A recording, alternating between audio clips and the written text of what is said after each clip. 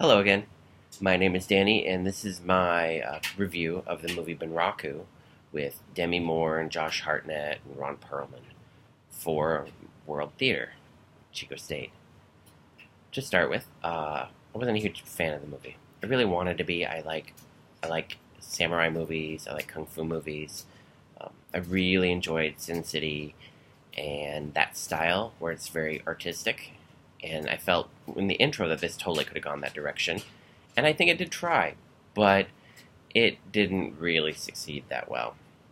The storyline was cliched and weak to follow at the same time. It was very, very difficult. Like like you knew what they wanted to do, but they really didn't tell you on screen. You just knew what they wanted to do because you've seen this movie 50 million other times.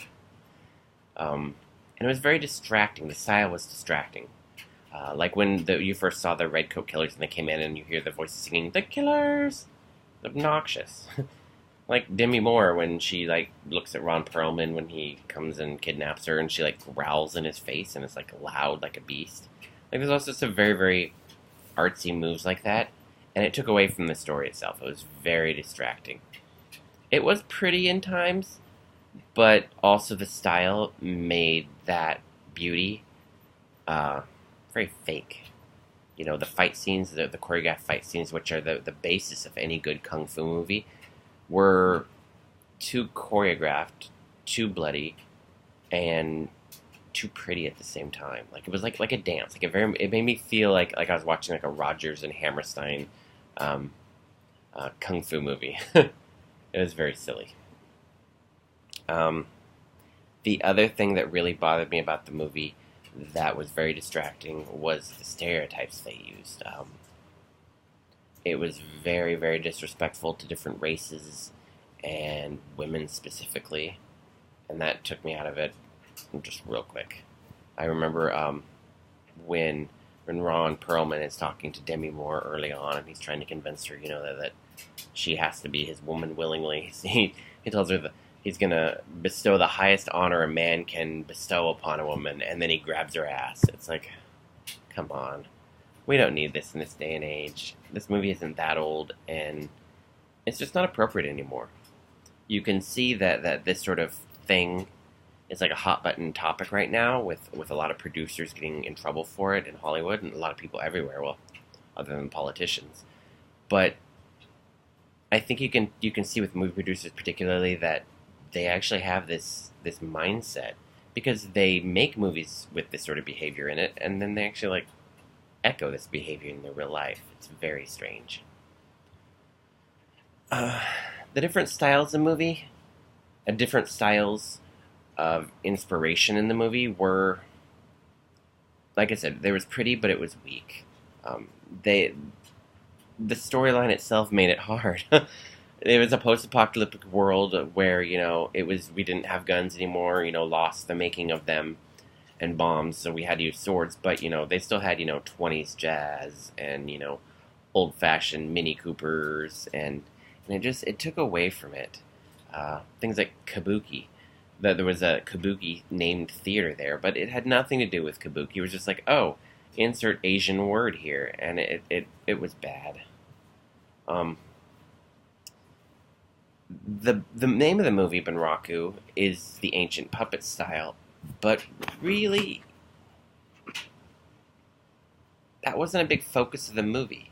There were the puppets, but it was more like a kid that first got PowerPoint and wanted to do a cool transition. Like how the screen fades from one side to the other, or, it turns to a cube and then you're on a new screen. It was kind of like that. And I don't think that was very, very true to the art, and I don't think it was the best use of it. And I think it made for a very difficult and unpleasant to watch movie. I'm glad that you mentioned Into the Badlands, because I really, really enjoyed that series, and I feel that is what this should have been. That was an amazing series with these really interesting characters, really powerful women. It had a very, very Asian feel to it. They didn't pound it in your face. Oh, this is a samurai kung fu movie. We have token uh, racially different people here. It was not that at all. It was, this is a story. This is the natural progression. This is where the world could be in a slightly exaggerated form. And it was one of my favorite series ever. I'm really excited to see the next season when it comes out. I think that was appropriation done correctly and well. I think that this movie was not done well. I don't find appropriation necessarily offensive as long as it's not relying on stereotypes, and I feel that this movie definitely relied on them very heavily. I think appropriation in art is like we saw in the video with the clothing designer who did the really pretty patterns and stuff that was based off the art made by an indigenous people and some of their styles and stuff and the things that they had. I really thought that was beautiful and wonderful, and I think that's what cultural appropriation can be. It can be beautiful. It can be respectful. You can give back to the people who owned it in the beginning. But it's difficult, especially coming from a group that traditionally is an oppressor.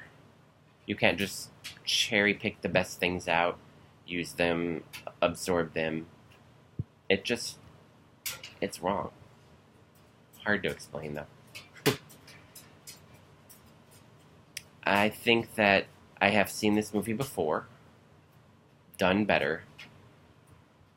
To be completely honest, I watched it twice because the plot was so difficult and hard to follow with the style. And I think that this film shouldn't be used to support cultural appropriation. It's just not a good example.